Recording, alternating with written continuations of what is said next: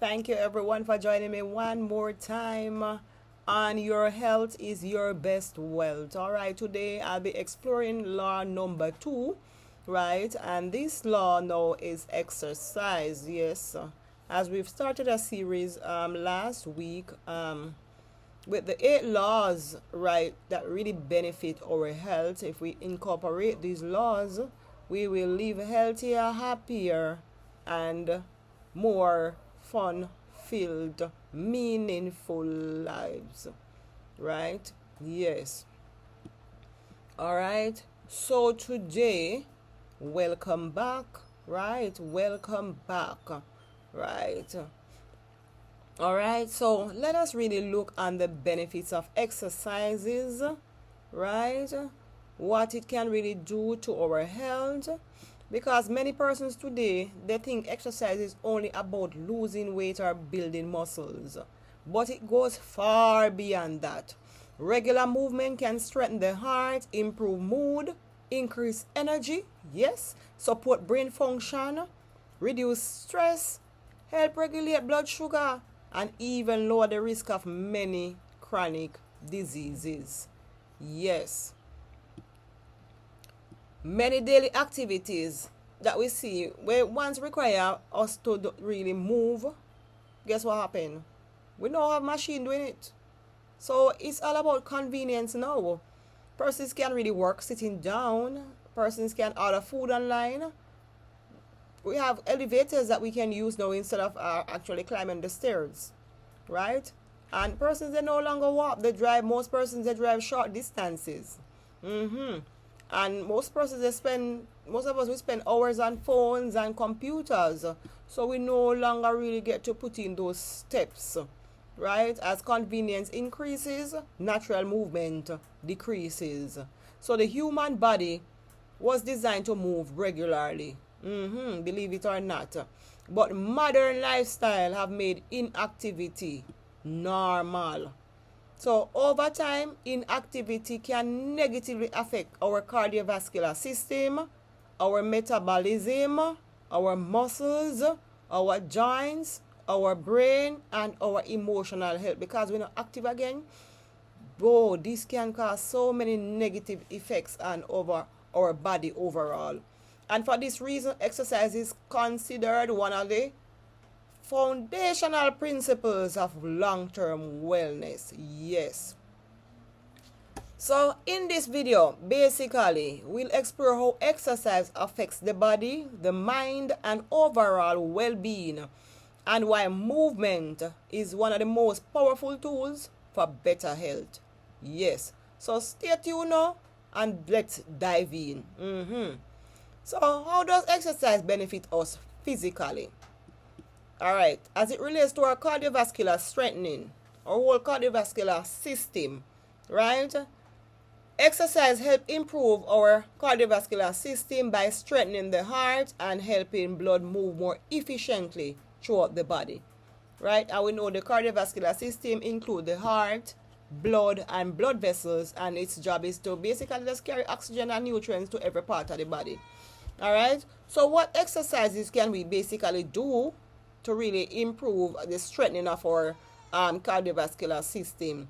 So what we can do is aerobic exercise or cardio, right?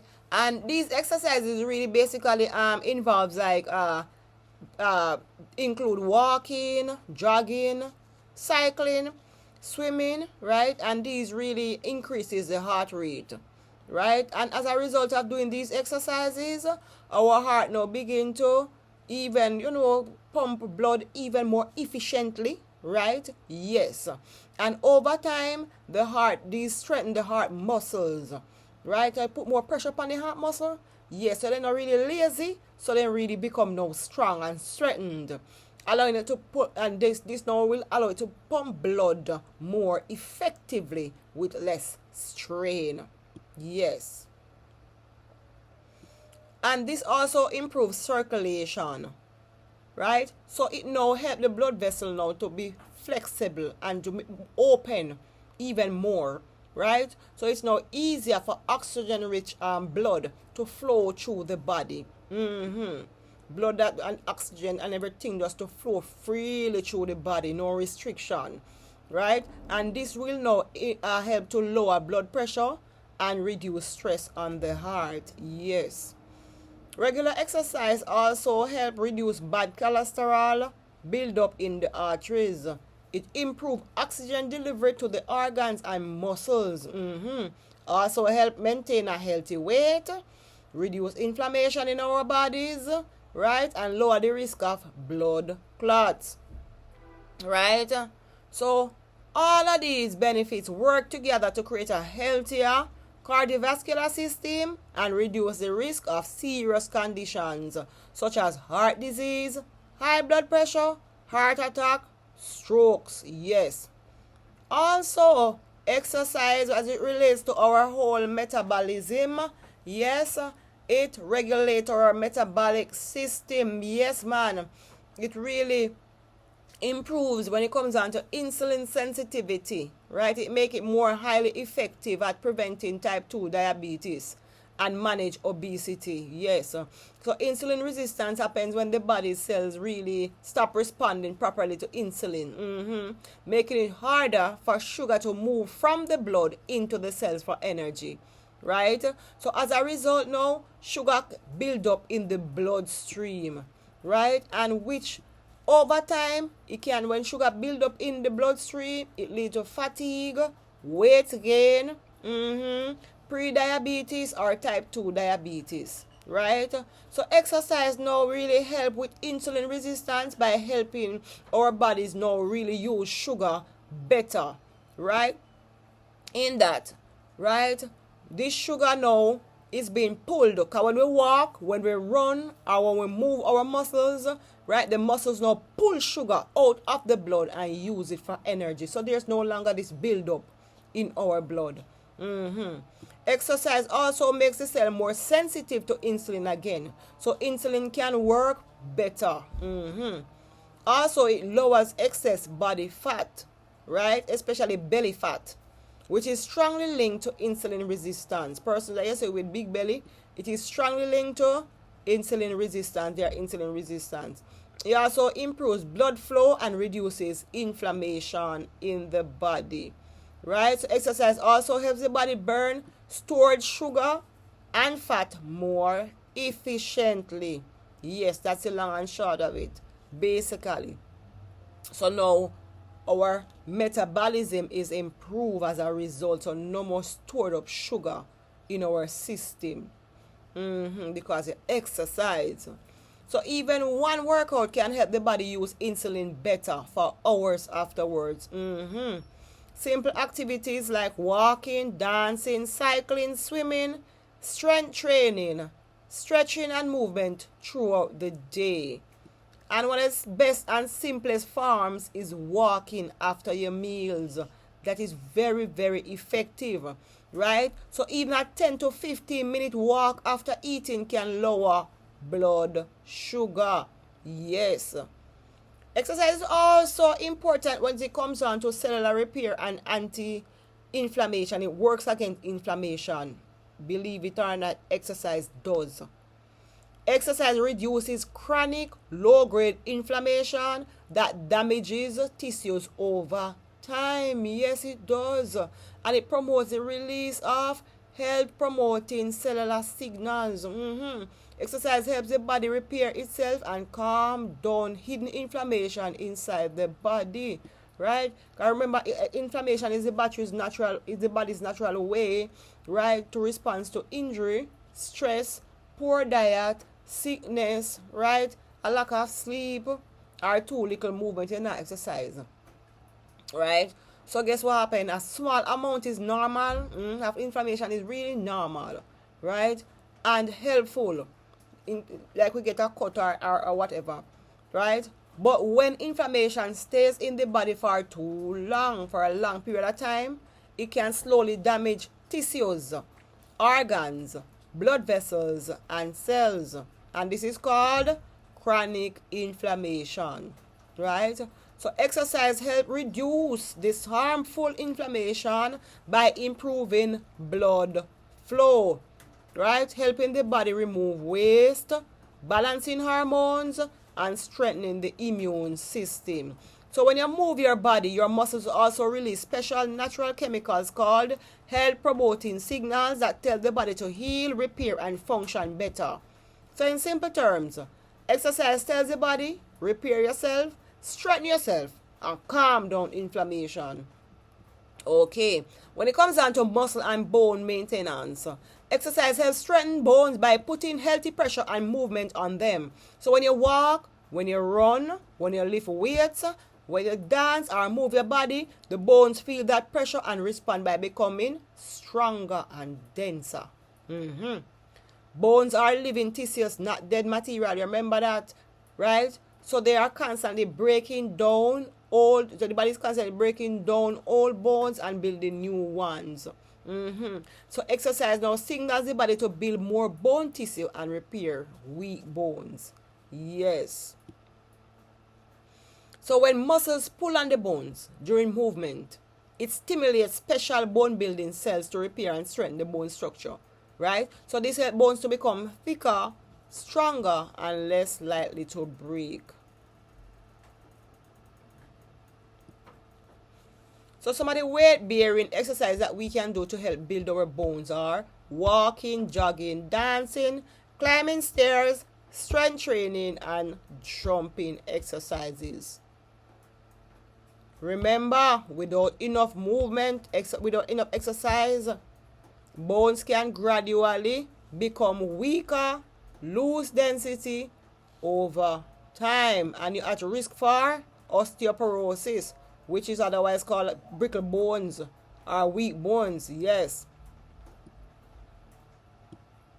When it comes down to our cognitive preservation, exercise is very, very, very helpful, very good. In that, when we stay active, right, blood flow is now boosted to the brain, is now more frequent to the brain, is now more it allows our brain now to function better because the blood flow, no hindrances, no blockage. When we exercise, the blood flow to the brain is now increased, right? And what happens when we have an increased blood flow to the brain? It keeps the mind sharp as we age, right? It does this by improving blood flow to the brain. Yes, exercise improve blood flow to the brain, and as a result our minds are now kept sharp, right? Also our brain cells are strengthened, right? And also it helps our brain now to repair, right, and adapt itself over time. Yes, and one important part of the brain is called the hippocampus, and this area is mainly responsible for memory and learning.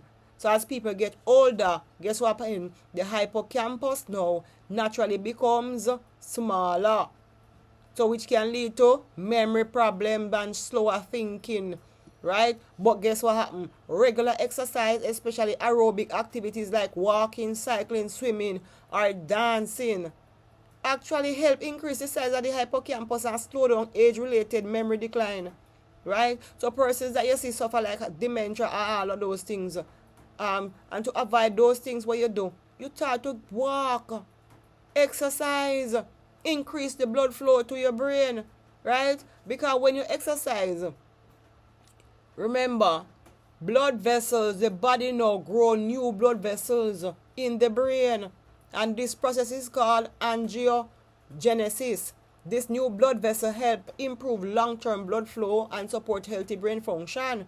And also another major benefit of exercise is that it increases a powerful brain supporting protein called brain derived neurotrophic factor, right, or otherwise known as BDNF. But guess what happens now? What is this BDNF and what does it is actually how is it beneficial for our brain? It is, guess what, it almost, you can term it as the fertilizer for the brain, right? In that it helps the brain now to help cells to grow, repair themselves, and form stronger connections with one another. And this process is called neuroplasticity. And it basically means is a brain's ability. The neuroplasticity basically now is the brain's ability to learn now, to adapt, remember information, and create new pathways. Yes. All right. Exercise also helps lower chronic inflammation and oxidative stress in the body. Yes. So too much inflammation and cellular damage in the brain over time can increase the risk of, guess what, memory loss. You have inflammation in the brain, suffer with memory loss. You can't remember anything. Dementia, right? Another brain related diseases. Yes. So guess what happened? Regular movement helps calm inflammation, improve the brain's energy systems, and support the removal of harmful waste and plaque buildup that may damage brain cells. Yes. So to get the best brain benefits, Health Organization they recommend at least 150 minutes of moderate exercise each week. And it not have to be too much rigorous. What you can do, you start doing your little brisk walking, cycling, swimming, dancing. Yes, you have fun while exercising and even jogging. But guess what happened? Consistency is the key. It is very important because the brain benefit of exercise can decrease. So if a person become inactive and you stop exercising, you're not exercise again, what do you think? Your mind not go so sharp again. You're not going to be so alerted. You're not going to be so focused. Right? And when you're not going to be able to learn new things quickly. Right? Because remember, overall, as we age, our cognitive health decline if we don't exercise. Yes. And also, exercise help us to improve our mood. When it comes down to our mood, yes. So exercise improves overall mood by positively affecting both the brain and the body. Yes. So when you move your body, the brain releases natural feel good chemicals such as endorphins, yes, and serotonin, which is a happy hormone, and dopamine that help you feel happier, calmer, more motivated, and less stressed. Yes. Exercise also lowers stress hormones like cortisol and adrenaline. It keep them down, right? Helping nervous system to relax. As a result, your cortisol is not so, up active, right? It make you, because you exercise, so everything get lower. Guess what happened? Because blood flow to your brain now, more oxygen to your brain now, right? So your brain will function better, right? And more clearer now. Even your nervous system is now more relaxed. Feel the feelings of anxiety, all the tension disappear, the anger gone, the emotional overwhelm, all of those disappear. Yes. You do know that exercise also helps us when it comes on to sleep. It improves sleep, boosts confidence, increase energy, and create a sense of accomplishment, all of which support emotional well-being. But you might ask, what amount of exercise should I be doing? At least 150 minutes, as I mentioned before, of moderate aerobic exercise weekly was recommended by the health organizations. Right? Also, strength training at least 2 days per week. And as I mentioned up top before, examples of moderate activity can include like brisk walking, cycling, swimming, jogging, dancing. Yes. All right. And remember, before you exercise, ensure that you warm up properly. Not just jump and was like you probably not even used to do it for a long period of time. Stay hydrated. Yes. Use proper machine. Proper technique. Don't damage yourself. Also avoid overtraining. You know you're not training long time. You eat up all of this food. You have all of this weight, and you need to get rid of it. It's not going to happen overnight. Consistency. You better strain yourself too much. It's not going to come off one day. But over a period of time, you're being consistent, right? Progression, gradually, yes. Every day you put in your little 10-15 minute walk, yes, and get your sunlight, yes. Yes, it will happen. I remember different exercises strengthen different parts of the body, but regular movement overall helps the entire body and mind function better. Yes, so your body was designed, remember, your body was designed to move. So every step you take toward exercise is a step toward better health. Yes, stronger body. Clearer whole cognitive function working better, mind alert, clear mind, yeah, focus, yeah, think clearer, and a longer life. I remember your health is truly your best wealth. So thank you for joining me one more time. It was a pleasure having you, right? I remember, live good, love God, right?